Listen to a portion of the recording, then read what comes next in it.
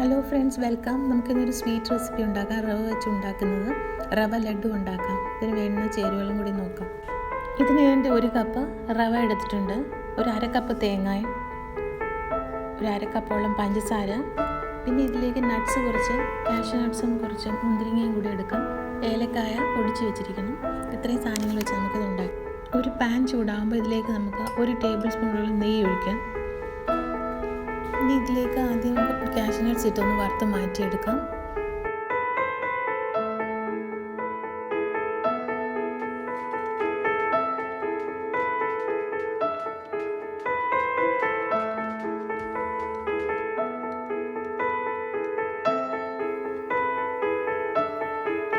ഇതേ പാനിൽ തന്നെ നമുക്ക് ആ റവ കൂടി ഇട്ട് നന്നായിട്ടൊന്ന് റോസ്റ്റ് ചെയ്തെടുക്കാം.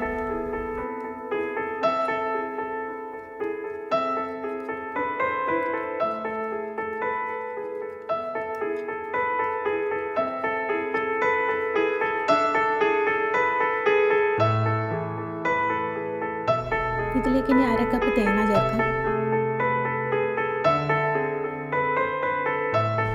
പഞ്ചസാരയും കൂടി ചേർക്കാം. ഇത് ലോ ഫ്ലെയിമിലിട്ട് നമുക്ക് നന്നായിട്ട് മിക്സ് ചെയ്തെടുക്കാം.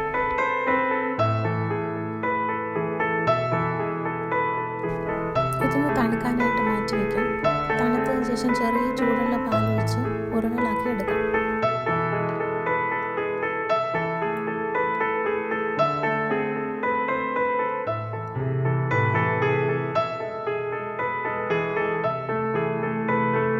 ഈ റെസിപ്പി ഇഷ്ടപ്പെട്ടാൽ ലൈക്ക് ചെയ്യാനും സബ്സ്ക്രൈബ് ചെയ്യാനും ഷെയർ ചെയ്യാനും കമൻറ്റ് ചെയ്യാനും മറക്കല്ലേ. Thanks for watching.